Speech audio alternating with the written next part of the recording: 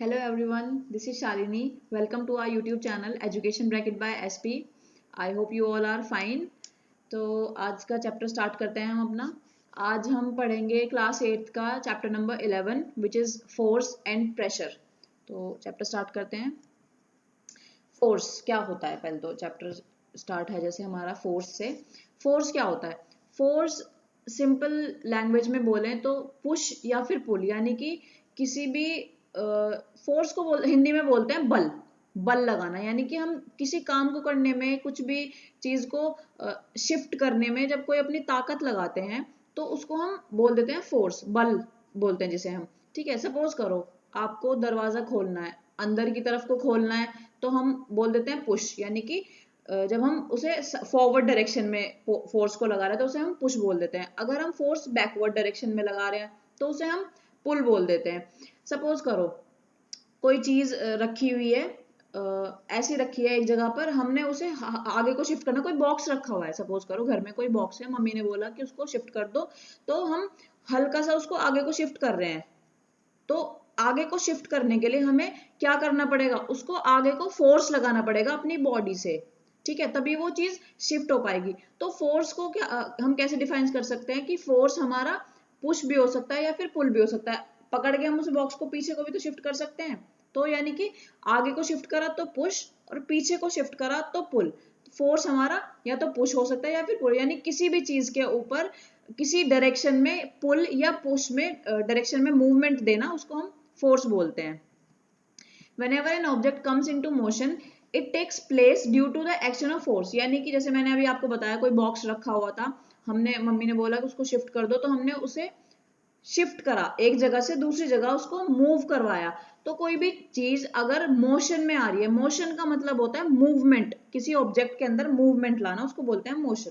तो कोई ऑब्जेक्ट अगर मोशन में आ रहा है तो वो सिर्फ फोर्स की वजह से ही आ पाता है, due to the action of force, क्योंकि उसके ऊपर कोई फोर्स लगा है। सपोज करो बॉल है या बॉक्स ही मान लो, वो रखा हुआ था और बोला उसको शिफ्ट करो, तो ऐसा तो नहीं है कि आप बैठोगे आराम से उसको देखोगे, उसको बोलोगे चल भाई आगे को शिफ्ट हो जा तू, तो वो ऐसे थोड़ी हो जाएगा शिफ्ट। हम उसके ऊपर फोर्स लगाएंगे तभी वो शिफ्ट हो पाएगा। फोर्स ज्यादा लगाना है, कम खाली बॉक्स है तो हल्के से थोड़ा ही हमने हाथ मारा, एक हाथ से वो शिफ्ट हो गया।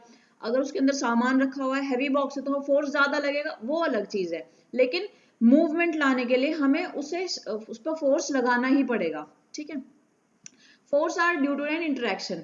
वही जैसे मैंने अभी आपको बताया, इंटरेक्शन मतलब कि दो बॉडी कांटेक्ट में आएंगी तभी वो काम कर पाएंगी। मतलब जैसे मैंने अभी आपको बताया कि बॉक्स रखा हुआ है और हमने बैठे हैं आराम से कि अपने आप शिफ्ट हो जाएगा, ऐसे तो नहीं होगा, इंटरेक्शन में आना पड़ेगा। कोई एक ऑब्जेक्ट किसी दूसरे ऑब्जेक्ट पर फोर्स लगाएगा, दो ऑब्जेक्ट्स के बीच में फोर्स काम करेगा, तभी बॉडी मूवमेंट यानी कि मोशन में आएगी। At least two object must interact for a force to come into play, यानी कि दो ऑब्जेक्ट, ऑब्जेक्ट मतलब वस्तु, कुछ भी हो सकते हैं, कोई नॉन लिविंग थिंग्स भी हो सकते हैं, इंसान भी हो सकता है इवन। ठीक है, जैसे कि लैपटॉप, फोन, हमारा बॉल हो गई, कार, बॉक्स वगैरह, कुछ भी हो सकता है ऑब्जेक्ट हमारा।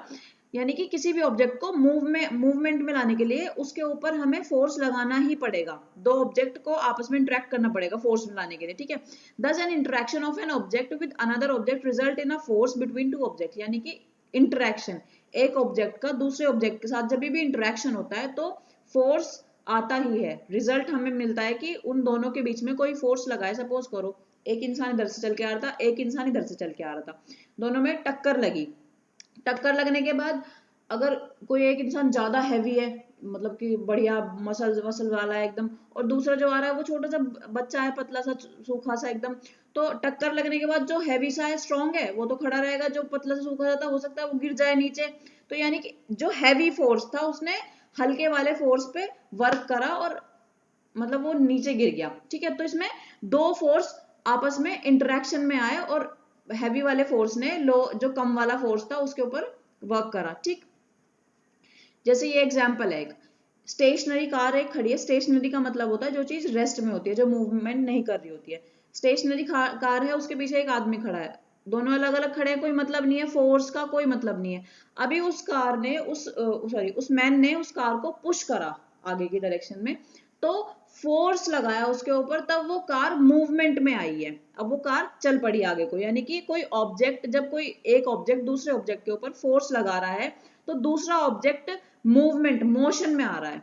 ठीक है, जैसे पहला वाला एग्जांपल है ये, दोनों आपस में फाइट कर रही हैं लड़कियां, एक सामने से पुश कर रही है, एक दूसरी डायरेक्शन से उसको पुश कर रही है, दोनों आपस में एक दूसरे को पुश कर रही हैं, दोनों बराबर फोर्स से पुश करेंगी तो कोई कहीं नहीं जाएगा, वो बॉडी वहीं पर रहेगी। ठीक है, दूसरा एक अपनी तरफ को पुल कर रही है, दूसरी अपनी तरफ को पुल कर रही है। ठीक है, तो ये ऊपर वाला पुश का एग्जांपल है, नीचे वाला पुल का एग्जांपल है। एक्सप्लोरिंग फोर्सेस, यानी कि फोर्स हमारे क्या क्या काम करते हैं। Force applied on an object in the same direction at to one another. अब सपोज करो कोई कार है, किसी कार को धक्का मारना है। ठीक है, तो एक आदमी उस कार को धक्का मार रहा है, ज्यादा लगा ही नहीं पा रहा, मतलब वो कार ज्यादा शिफ्ट ही नहीं हो पा रही है उससे। दूसरा आदमी आके उसने भी धक्का लगाना शुरू करा कार को, तो दोनों जब उस कार को पुश करेंगे तब वो कार मूवमेंट में आ जाएगी, मोशन में आ जाएगी, मूव करने लगेगी। तो यानी कि जो एक फोर्स लग रहा था, जब दूसरा फोर्स आके वर्क करने लगा तो दोनों फोर्स एड ऑन हो गए, क्योंकि दोनों सेम डायरेक्शन में फोर्स लगा रहे थे। ठीक है, तो दोनों फोर्स एड ऑन हो गए। अब दूसरी कंडीशन बिल्कुल ऑपोजिट है इसकी।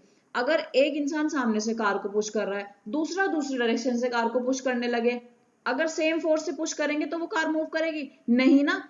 तो इसका मतलब क्या हुआ कि जब दो फोर्स सेम डायरेक्शन में लगते हैं, अप्लाई होते हैं, तो दोनों को एड ऑन कर लेते हैं। वेयर एज जब दो फोर्स ऑपोजिट डायरेक्शन में वर्क करते हैं, अप्लाई करते हैं, तो दोनों का डिफरेंस हमारा नेट फोर्स निकलता है।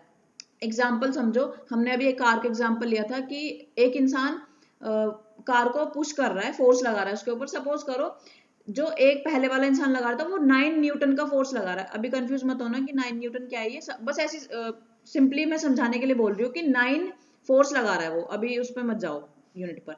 9 फोर्स वो लगा रहा है, दूसरे इंसान ने फोर्स लगाना शुरू करा, उसने लगाया 10 का फोर्स। ठीक है, तो टोटल फोर्स जो कार के ऊपर लगा है सेम डायरेक्शन में, वो 9 + 10 19 लगा है फोर्स। ठीक है, अब जो मैंने दूसरा वाला एग्जांपल बताया ऑपोजिट डायरेक्शन वाला, पीछे से किसी ने कार को पुश करा, उसने 9 का फोर्स लगाया, सामने से कोई कार को पुश कर रहा है, उसने 10 का फोर्स लगाया। तो जो नेट टोटल फोर्स जो कार के ऊपर लग रहा है वो लग रहा है 10 - 9, यानी कि दोनों का डिफरेंस, यानी 1 फोर्स लग रहा है सिर्फ। तो वो उस हिसाब से मूव करेगी, 1 फोर्स पे मूव करेगी वो उस डायरेक्शन में जिस डायरेक्शन से उसे हैवी फोर्स मिल रहा है। यानी कि 10 से, जाहिर सी बात है, खुद सोच के देखो, पीछे से फोर्स लग रहा है वो कम लग रहा है, आगे से फोर्स लग रहा है ज्यादा लग रहा है, तो वो पीछे की तरफ कोई तो मूव करेगी, क्योंकि जो जिस डायरेक्शन से फोर्स ज्यादा मिलेगा हम बॉडी उसी डायरेक्शन में मूव करेगी। ठीक है, जैसे ये एग्जांपल है, दोनों राइट हैंड साइड की तरफ ही बॉक्स को मूव करा रहे हैं, आगे वाला लड़का पुल कर रहा है, पीछे वाला लड़का पुश कर रहा है, तो ये बॉक्स आराम से मूव कर लेगा। तो यानी कि इनका जो फोर्स है वो ऐड होएगा। एक ही एग्जांपल है, दोनों इक्वल फोर्स लगा रहे हैं, ये अपनी तरफ को पुल कर रहे हैं रोप को, दूसरे टीम वाले अपनी तरफ को पुल कर रहे हैं, दोनों बराबर फोर्स लगाएंगे तो रोप कहीं भी मूव नहीं करेगी, वो वहीं की वहीं रह जाएगी।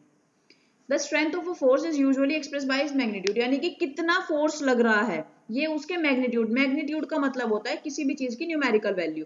जैसे मैंने अभी आपको बताया कि कार वाले एग्जांपल में हमने लिया था, पीछे से इंसान उसको प्रेशर पुश कर रहा है, फोर्स लगा रहा है, 9 का फोर्स लगा रहा है, तो जो 9 है, 9 जो मैंने बोला वो मैग्नीट्यूड है फोर्स का। ठीक है, तो फोर्स कितना लग रहा है ये हम उसके मैग्नीट्यूड से पता करते हैं। We have also to specify the direction in which a force act, हमें ये भी बताना पड़ता है, जैसे मैंने आपको बताया कि वो तो पुश कर रहा था आगे की डायरेक्शन में, फिर दूसरा आदमी उधर की तरफ से पुश कर रहा था पीछे की डायरेक्शन में, तो हमें कैसे पता लगेगा कि कार किस डायरेक्शन में मूव कर, जब हमें पता लगेगा कि हैवी फोर्स कहां से किस डायरेक्शन में जा रहा है।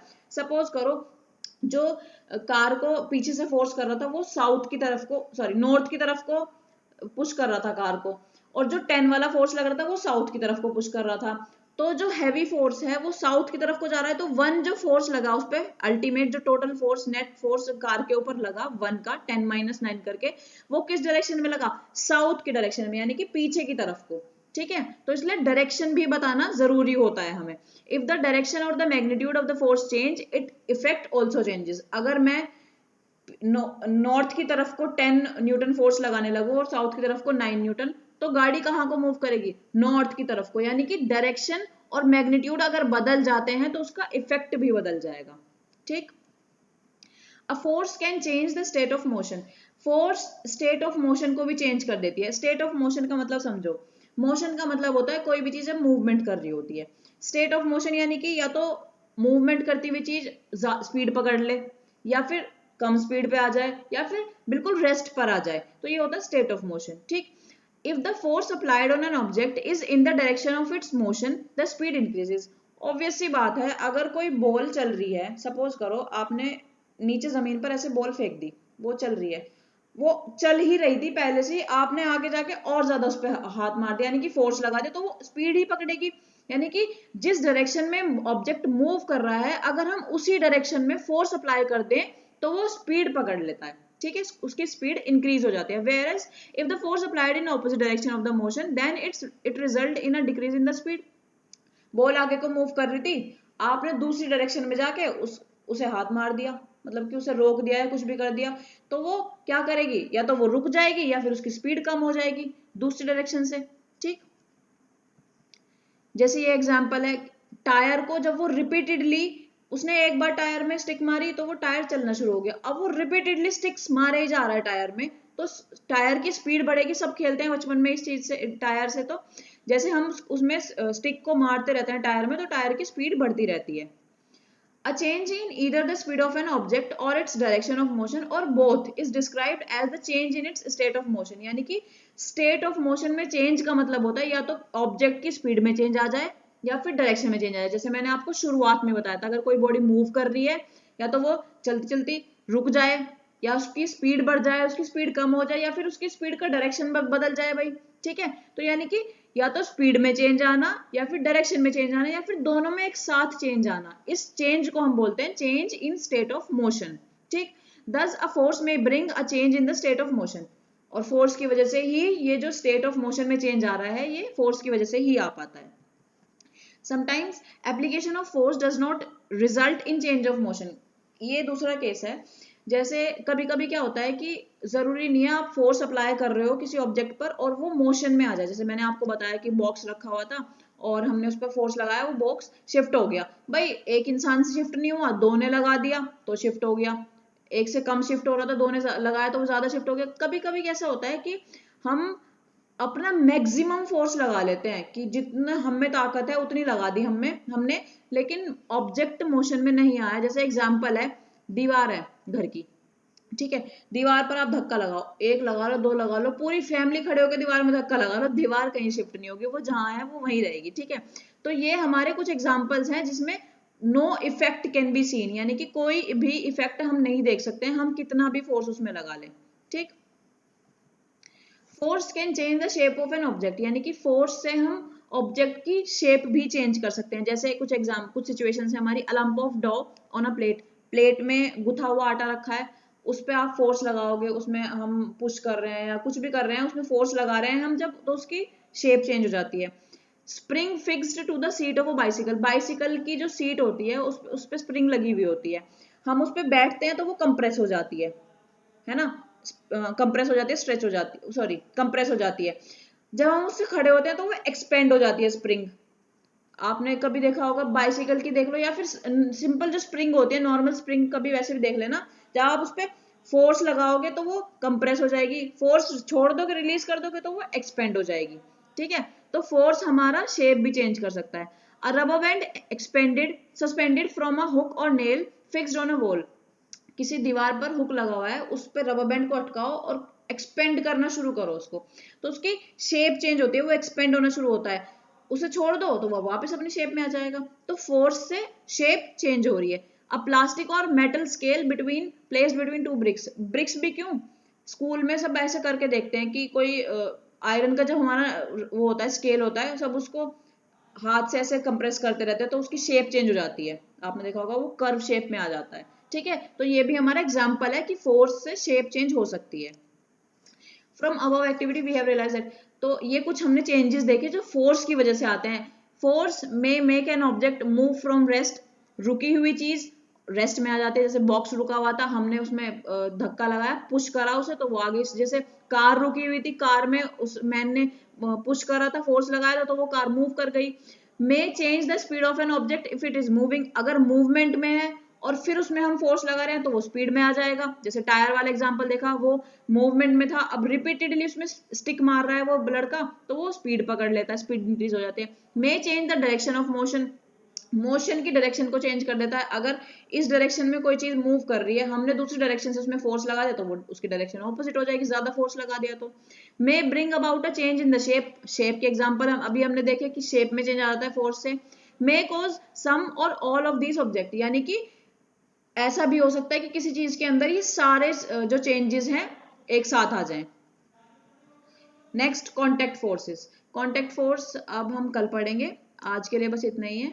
आई होप समझ में आया होगा आप लोगों को, ज्यादा टफ नहीं है, बहुत इजी है, डेली लाइफ से रिलेटेड है। थोड़ा सा सोचना अपनी डेली लाइफ में, इन चीजों को चेक करके देखना, ये आपको जरूर दिखेंगी। Okay, thank you so much, have a nice day, मिलते हैं फिर नेक्स्ट वीडियो में।